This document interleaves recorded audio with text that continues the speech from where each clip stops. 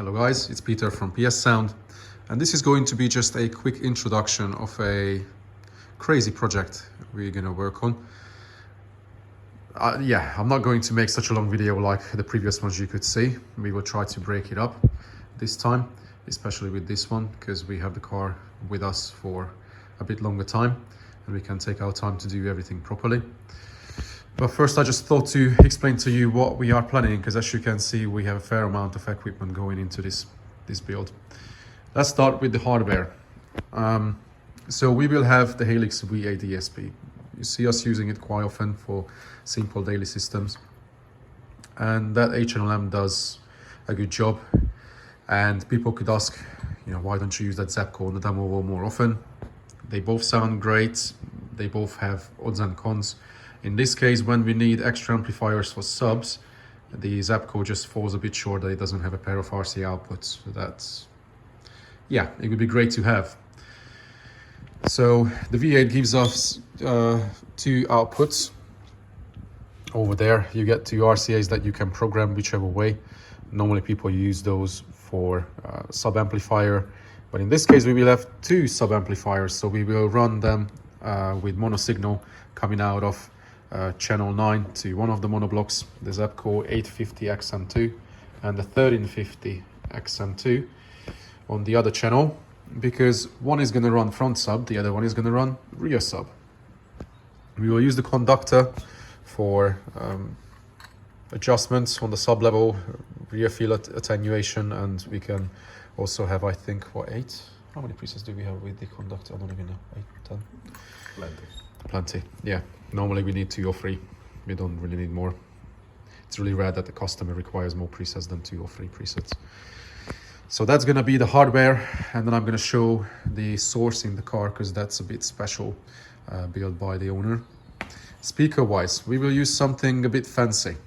When people see a hardware layout like this, they could say, those speakers are a bit too fancy for something like that, because you could have better amplification, especially for the components. But it was one of those things that we always try to use the budget where we can get better results. If you buy cheaper speakers, which are less, revealing, let's say, with more expensive amplifiers, that's not going to make a big difference. But if you use good transducers, to me, that's always the most important part, especially when it's installed well and tuned well. Yes, we could have had separate DSP and separate amplification for the front components and the rear field, but then, at the end of the day, it's also down to the budget, how far the customer can stretch. So this is what we ended up with for this project. This freeway is, pretty good, shall we say. We use the tweeters in the Volkswagen Amarok you could see before, and I have a team member who's planning to use this as well. We had test with them and they're pretty good. So this freeway set is going to go up front and rear field. Actually, I don't even know what rear field we will have. Car will dictate and tell us what space we have, but for rear field it doesn't really matter that much. But we will have front sub and rear sub. You could see many videos from us. In many cars we have front sub and rear sub. Front sub is just a beautiful thing when you have space for it and you can integrate it to the front. You don't get tactile feel from the back, no buzzes, resonances from the back, nothing. It all comes from the front. You get beautiful punch, but the front sub can never really play as low. The best car I ever heard, 30 hertz is a push from the front, and then below that, some people say, there's not much content there, so why would you need a rear sub?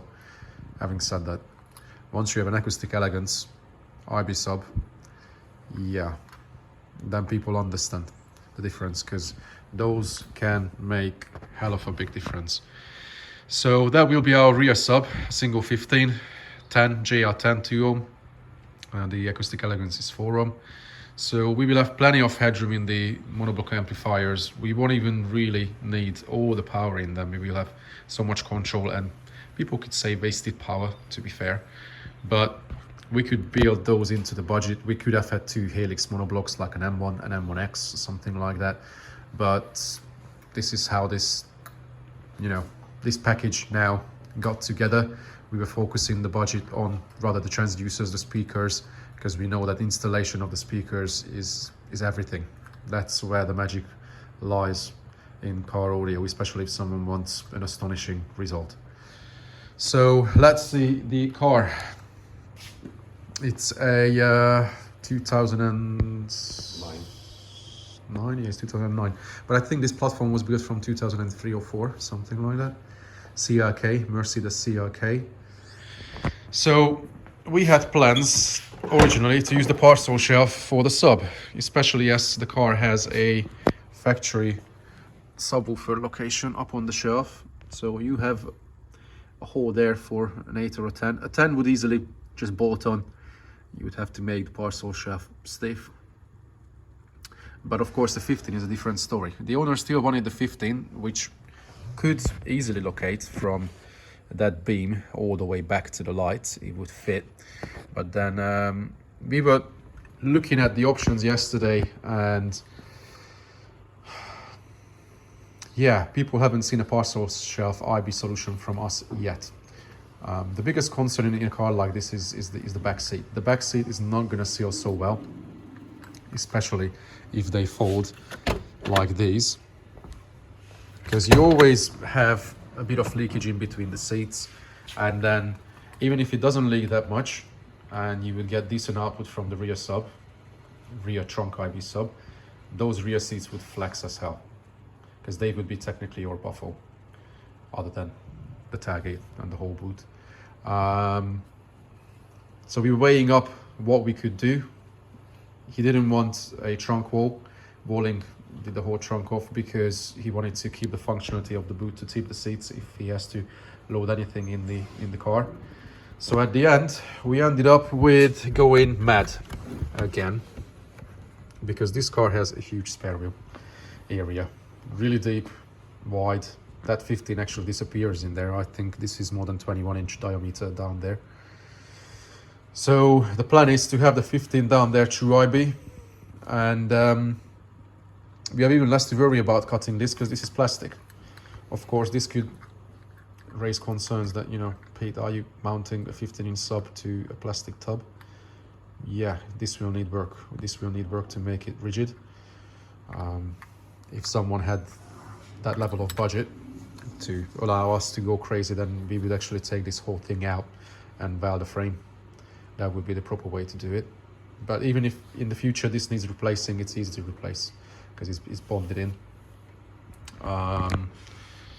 But this car is not going to be sold.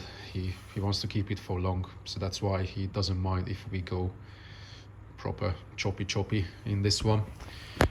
So 15 is going to be down there, probably amplifiers all around, so then everything is going to stay out of the way. We will need a new floorboard to allow pressure to come through nicely, yet keeping the boot practical. And then he will have the whole boot area completely available for everyday life. Oh, I'll go that way. So up front, yes, we won't use the doors. We won't use the doors in this car for mid-bass. We never like doing that, especially because in Mercedes you have huge, absolutely huge kick area. You could fit 8 in there. So the 6.5s are going to be custom fitted in the kicks. Then we also have, quite surprisingly, deep space behind that floor mat. So we will have a front sub built in there. We will have to make a fiberglass mold and then fit the 10-inch. So 10-inch in sealed. Then the mid-bass will be in the kicks, breathing into the chassis rail. We are not going to cut out like usually we do. We could, but there's no need for that right now. Especially those ESB drivers have more versatile lens, more parameters, and they work okay in a smaller space as well. And then mid-end tweet is still questionable. We will have to decide what we can do within the given time, because pillars are doable for the mids. For tweeters as well, that's questionable. We have a tiny little sail panel we could utilize for the tweeters. But then mids on the dash is also appealing, but we have to weigh up time, effort, budget, things like that, whether we want to pull the dash or not. because there's already been some custom work done in here. There's a tablet fitted temporarily. Those trim panels on the top and the bottom are just temporarily. He just wanted to hide things. He has little push switches there for the heated seats.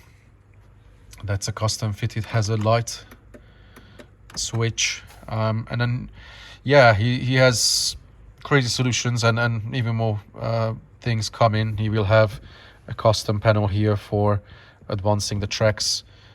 He can control everything from that iPad through CAN bus. It's all wired in, and he has a topping D10 linked to the tablet, and at the moment he just used it into the factory aux input, but we will have optical output coming out of that straight into the DSP, so that will be our source.